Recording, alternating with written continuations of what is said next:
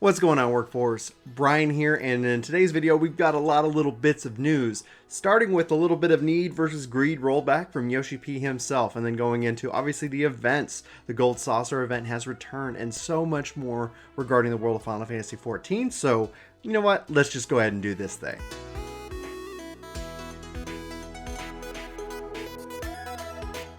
Okay guys, so biggest story up front is that the need basically is coming back to the Alliance raids. And so if you don't know what I'm talking about, with patch 4.3, they got rid of need as an option on the 24-man raids, went solely with a greed system, and that's for everybody. And this has been a huge sticking point for a lot of players. They have not been satisfied with the system. If you're running it on a specific job, say you're a tank or you're a healer or DPS, and the piece of gear that you want drops, well, now you're competing with anybody who might want that piece of gear and can greed and outroll you on it, thus ideally forcing you into the content more and more, maybe more than you have time for, or, anyway, regardless of that, Yoshi-P, you can see right here, they're rolling that back with the next hotfix. And so this is going to include the need role coming back into the Alliance raid. And so especially if you're running the Ritter Run or Lighthouse, this means that if you want that piece of gear for the week, you're going to need to run on the role that you want. You can always greed,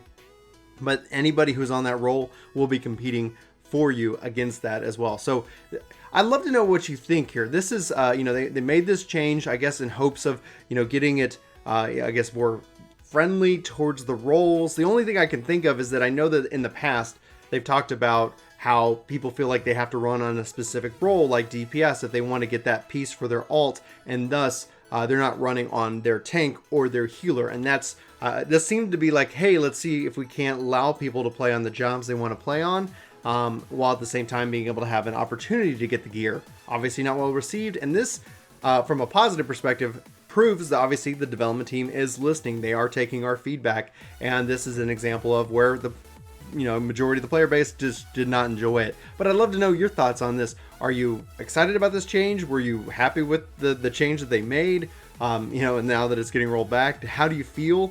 I'd love to know your thoughts, where you fall in that area. For me personally, I still think the issue isn't the roles. It's about making XP valuable. It's about making that end game rewarding without too much effort, not having to go in and build out all new fights. And we've talked about this at length, and we'll save that for another video because I'm waiting to see what Yoshi-P brings to E3 this year. And that's actually an important transitional topic. E3, obviously, what is Final Fantasy's role, or especially Final Fantasy XIV's role in it? And so we know that there is going to be a live letter on the 12th, and you can see here show dates are from the 12th to the 14th.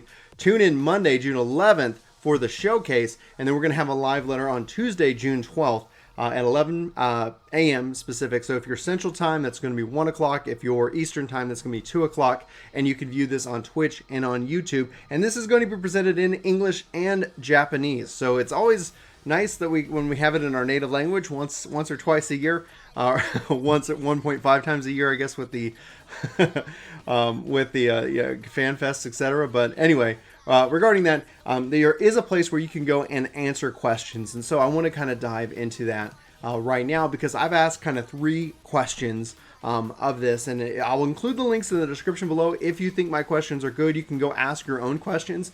But I'm hoping that we can get enough traction on this because basically the first one is, are there any plans for open world level sync? Basically where you sync to a member in your party. So the party leader can say, I'm going to sync to, Chris, who's level 5 and I'm level 10. Now we're both level 5. The party leader can choose that. Or if I'm level 70, I can sync down and help out a friend, or even in Eureka with the elemental level. That would be a huge plus. Yoshi-P actually said this was a good idea back in FanFest at FanFest 2016 in Las Vegas. So, and he said that it wouldn't be hard to do because we already have the level sync system in the Fates. We already have the level sync system in Dungeons. And so that's kind of my first question. Obviously, there's a follow-up. I think the natural one is like, can we make XP worth something? So that way, if you're at cap, there is some kind of value that you get there. Second question that I've got, and again, so make sure you ask your own questions, review these. If you like these questions, hit the thumbs up button so they get some traction. Are there any plans to add a quest sharing as a quality of life feature in the game? Basically where if we're in a party, I can see what quests and objectives maybe you're actively working on, so that way I don't have to decipher or try to remember. So I think of this as helping out new players to where, like, hey, I'm running this quest. I can see the highlighted areas. I can see the mobs that they need to kill. And ideally, if we're level synced, we can go and do that and obviously get some of those rewards. And that's just me because I like to help players out. I've done that for a long time. This would be a huge help, but there's also a nice little benefit just in whenever you're grouping up to kind of see without having to jump through so many hoops or Google the various quests that they're on to try to refresh that memory, even at level 70, even at level, the various level caps and endgame stuff.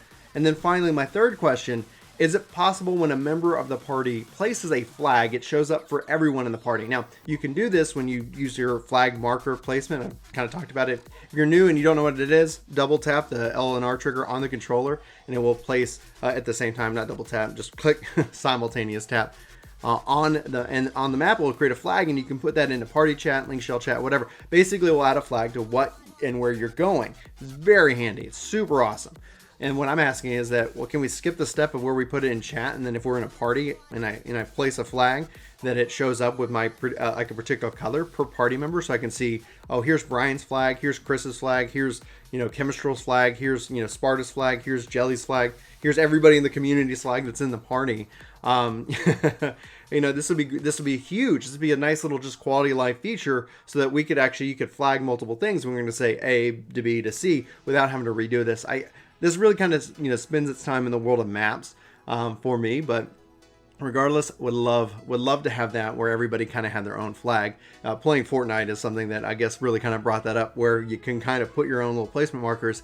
It's really nice, just a nice little quality of life. They have lots of questions up here. I wanted to highlight my questions to see if if you share these same questions. If not, make sure you go ask your own, vote for the ones, and hopefully we're going to get some really good questions for Yoshi-P this year. Finally, coming up on the last little news, new optional items are available. So the Eureka emote, if you were not able to get this last year at the Make It Rain celebration, you can go out and purchase this.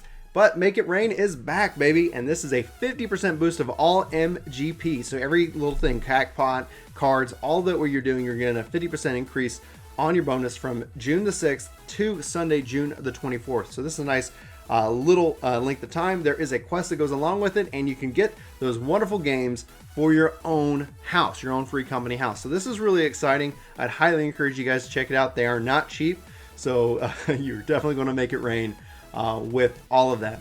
So now finally, we've got the fan kit has been updated with the icon compilation. So all those little job icons, if you don't want to spend a lot of time going in and cropping out those images, they are providing that for you here. Now, all of this and more in the links in the description below. I hope you go check it out.